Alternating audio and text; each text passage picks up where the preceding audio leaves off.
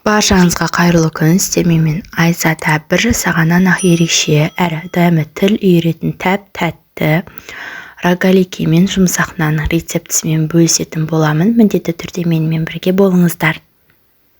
Мінекей біз осылайша бір тестадан екі түрлі қылып жасап шығамыз.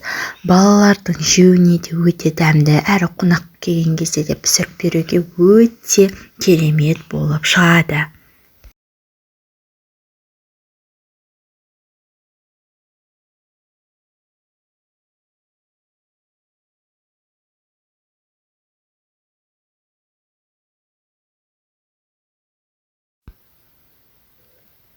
Ең алдымен ұнымызға тұзымызды салып, жақсылап тұрып араластырып алып, дрожжымызды және де сары майымызды құйып, жақсылап тұрып араластырып аламыз.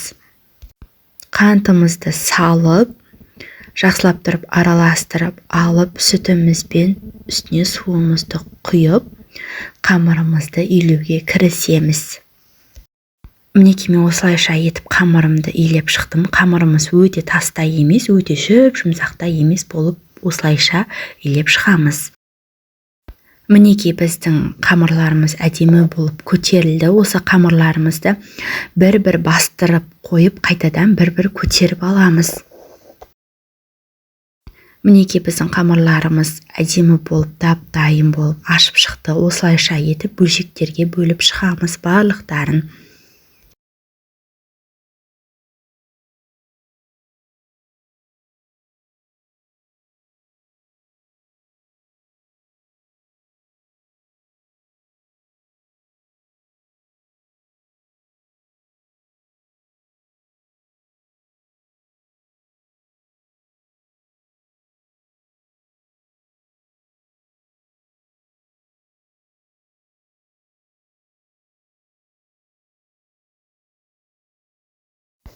Ұнымызды сеуіп, күлшелеп алған қамырларымызды жазып алуға кірісеміз. Қамырымызды өте жұқа қылмаймыз, өте қалың да қылмай етіп, барлықтарын осылайша қылып жазып аламыз. Мінекей жазып алғанымыздан кейін бетіне қантымызды сеуіп, қамырымыздың қақ ортасынан мінекей дәл осылай видеодағыдай етіп, төртке бөліп алғанымыздан кейін әрбірін осылайша бөліп, шетінен бастап орап шығамыз. Дәл осылай видеодағыдай болу керек.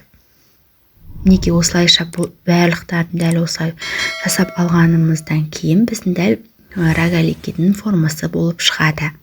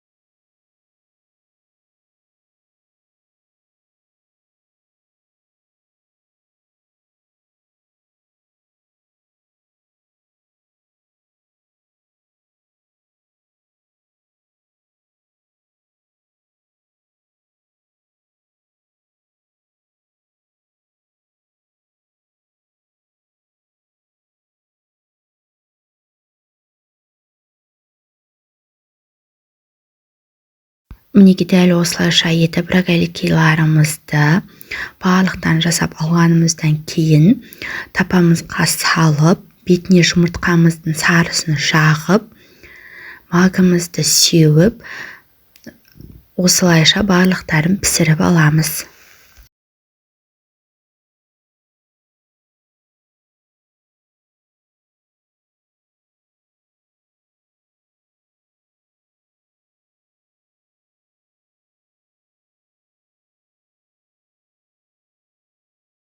Мінекей осылайша етіп домалақ нандарымыздың ортасынан саусағымызбен дәл видеодағыдай етіп басып шығамыз.